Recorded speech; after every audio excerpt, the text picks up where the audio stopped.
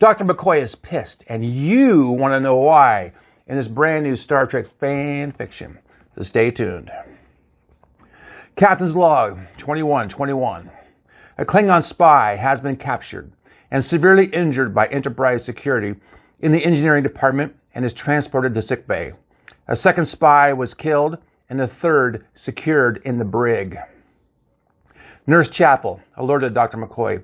He had a critical patient in the emergency section of sickbay and waited for the doctor to shout orders at her. To her surprise, the doctor did shout, but not for the reasons she expected.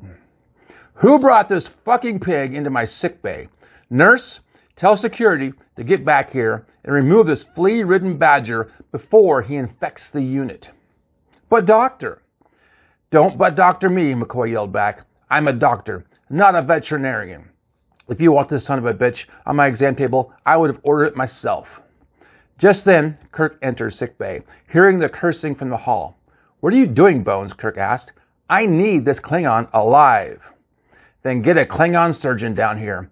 I don't know anything about their anatomy or physiology. Can't you bring up medical instructions on the computer? Kirk asked. This piece of shit isn't a Corvette needing repair. It's an alien life form that smells like a hog farm. You grew up in Iowa. Don't you recognize that stink? I agree. The odor is distracting. But Commodore Decker is aboard, and he wants answers. He thinks the Klingon is here to spy on his visit. Then get Commodore Decker in here to work on it.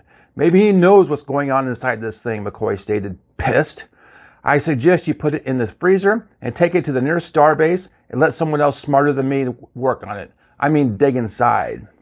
No, doctor, Decker replied, coming around from behind Kirk. You will do what you can do to save this Klingon now. Why in the hell is it so important to save it now? I need to know why he was in our engineering bay snooping around, Decker replied.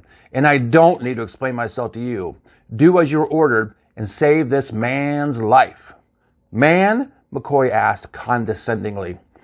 Call him what you will, but do whatever it is you need to keep him alive. I heard you had another one in the brig. Why do you need both? McCoy asked. You're skating on thin ice, Doctor, Decker snapped. I will remove you from duty and charge you with insubordination if I don't see a scalpel in your hand in the next 60 seconds. Son of a bitch, McCoy said under his breath. Fine, get me a surgical set and a monitor so I can try to figure out how this fucking pig works. I do this under duress. Klingons are our sworn enemy. Don't you think I know that? Decker asked. Are you questioning my authority? I'm questioning your judgment, McCoy replied. You have a Klingon in the brig, and you don't need another one. That's why you're a doctor, and I'm a commander. You don't think like I do. McCoy stepped over to the Klingon and let the nurse don a sterile gown and gloves over his body and hands. A surgical mask and cap were added, and the scrub team surrounded the Klingon, ready to assist the doctor. McCoy called to the monitor to display Klingon anatomy, and his heart sank. What the fuck is going on in here? McCoy asked. His innards look more like an oyster than any humanoid I've ever cut into. I don't have a clue where to start. Ask the computer, Decker stated. McCoy shook his head in disgust and asked, Computer, where do I start?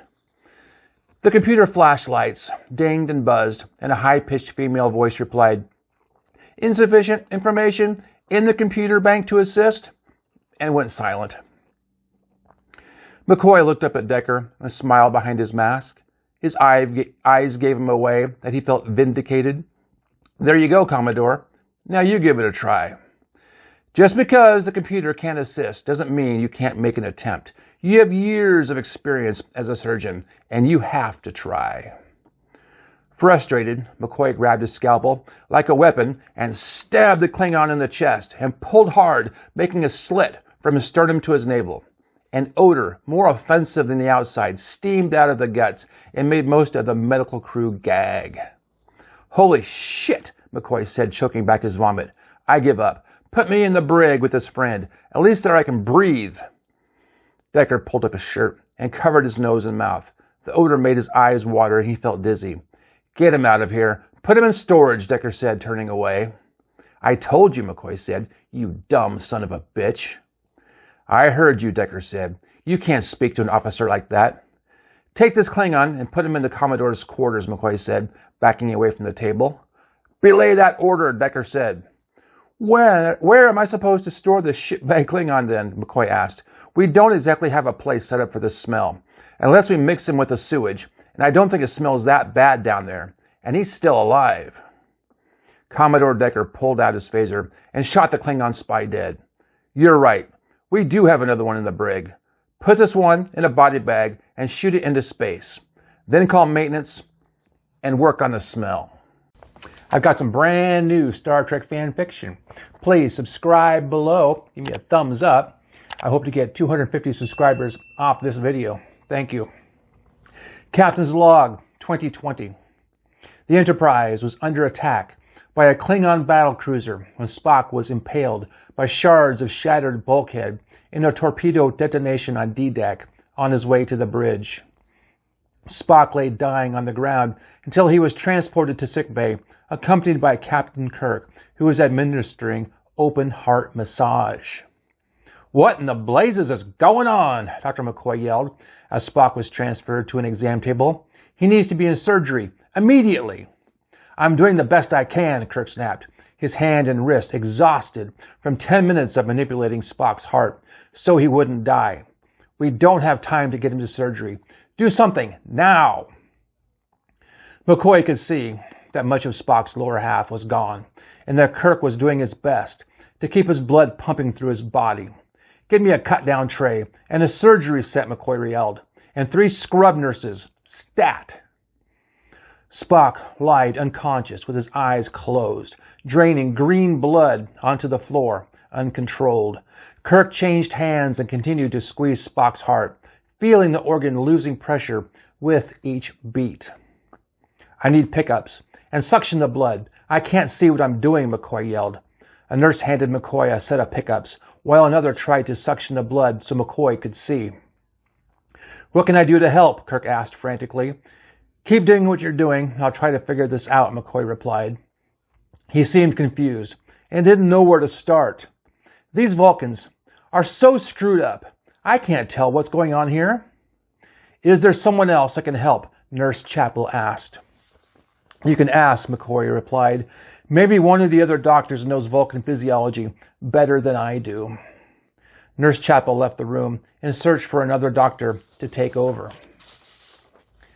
I'm losing him, Jim, McCoy said nervously. He needs blood, and lots of it, and I don't have much Vulcan blood in my stores. Nurse, look up Spock's blood type and get as much down here as you can. Kirk spoke up. Spock is half human. I'll donate anything I'm able. I don't think it works that way, Jim. I don't think his Vulcan half can take full human blood. It has to be a hybrid of Vulcan and human. Are you sure? Right now, I'm willing to try anything, McCoy said. I have plenty of human blood in storage. And if I can't find Spock's exact match, I will try human O positive. Doctor, a nurse called out, we don't have a match for Spock's blood. 6 weeks later, Dr. McCoy sat on the stand at his malpractice trial with Spock strapped into a containment unit, feeding him oxygen and circulating his blood. The defense attorney stood before McCoy with a pad of paper in his hand, scratching something with a pen. Dr. McCoy, the prosecuting attorney said, is it true you are trained as a physician to work with Vulcan physiology? I have had some training, but I am not an expert, McCoy replied. I am not certified as a Vulcan surgeon, if that's what you mean. Then why did you call for a surgery set? The attorney asked. Was it your intention to perform surgery on Commander Spock? It was my intention to save his life, McCoy barked back. I was going to stabilize him until I could get the help I needed. Did you manage to stabilize him as you intended? No, McCoy replied. And what happened? Spock died on the table. Died? The prosecuting attorney asked. Clinically, he had no vital signs, McCoy replied. Then what did you do? The attorney asked. I gave him 10 cc's of adrenaline and hoped for the best. The best? What happened then? McCoy looked to the floor and avoided eye contact with the attorney. Nothing. I gave him my best shot. Isn't it true that adrenaline has the opposite effect on Vulcans? The attorney asked. Yes, that is true, but I didn't know that then. Adrenaline is what you use for humans if their heart stops. Is that correct? Yes, but I was out of options, McCoy barked back. Then what did you do? The attorney asked. I called his time of death and gave up. He bled out on the table. But isn't Mr. Spock here in the courtroom now? The attorney asked. Obviously, McCoy replied, pissed. Why isn't Spock dead? The attorney asked. Another doctor, who was familiar with Vulcan physiology, came in and took over. And because of your gross negligence, Spock suffered irreversible harm and now lives in a medical containment unit that he will have to rely on for the rest of his life, the attorney said. I object, the defending attorney yelled from his table. Negligence has not been proven here, let alone gross negligence. Sustained, the judge said. Change your question or ask another. Yes, Your Honor, the prosecuting attorney replied. That is the end of my three pages. If you like that one, I will write more and make it longer. Follow, and go to my playlist, my podcast, and you can see 40 more of these. So, thanks for being here, and enjoy.